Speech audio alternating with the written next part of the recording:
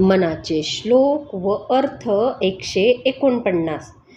जगी पाहता चर्मचक्षीन लक्षे, जगी पाहता ज्ञानचक्षीन रक्षे, जगी पाहता पाहणे जात आहे, मना संत आनंत शोधूनी पाहे.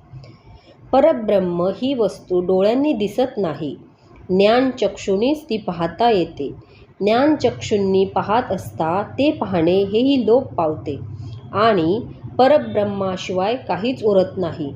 हे मना, अशा अनंत असलेल्या त्या परब्रह्माचा शोध घे.